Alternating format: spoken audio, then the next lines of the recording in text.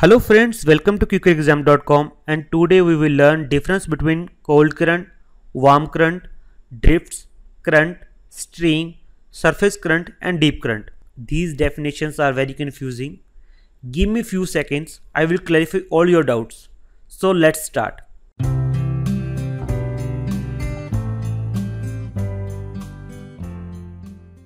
First, let's see some factor that causes ocean current. Rotation of Earth, Crowley force, pressure gradient, temperature variation, salinity differences, atmospheric pressure, winds, evaporation, precipitation, tides. So you might be thinking that how these factors are generating ocean current. I will take one example, salinity difference. If there is a salinity difference in two waters, then high salinity water will move toward the lower salinity water, and this causes the movement and result into ocean current.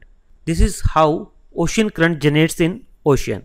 There is movement of water in the ocean, that we know, and on the basis of velocity, dimension and direction, they can be divided into three categories: drift, ocean current and ocean stream. What is drift? Drift is the forward movement of the surface water of the ocean under the influence of some prevailing wind. That means only surface water is moving, not the whole water. And ocean current, it involves the movement of the ocean water but with the greater velocity than drift. Ocean stream is like a river flowing inside the ocean.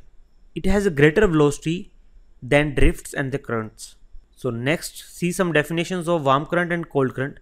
As the name suggests, warm current, water has a higher temperature than the surrounding water, and cold current, water is cooler than the surrounding water. So let's elaborate it with one example. Equator is receiving much more temperature as comparison to polar region. So water in the equator region are warmer than the polar region. When a warm water from the equator moves toward the polar region, at the polar region, that water has higher temperature as comparison to the surrounding water.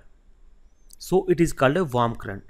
And similarly, when the water from the polar region move to the equator, it is cooler than the surrounding water. So it is called a cold current. These are some examples of warm current and the cold current around the world. Like Brazilian current, it is a warm current, and California current, it is cold current. So let's differentiate between surface current and deep currents.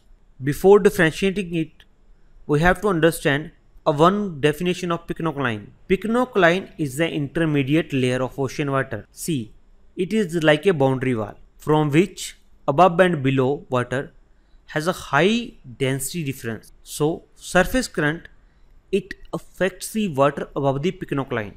These currents are primarily driven by the major winds, and deep currents that affects the water which is below the Pinnock line, and it is primarily driven by the density differences. Deep currents are larger and slower than the surface current, and it is obvious thing, when surface water, it is very less water, it is only 10% of water, and its velocity is very much as comparison to the deep currents, because 90% water is moving.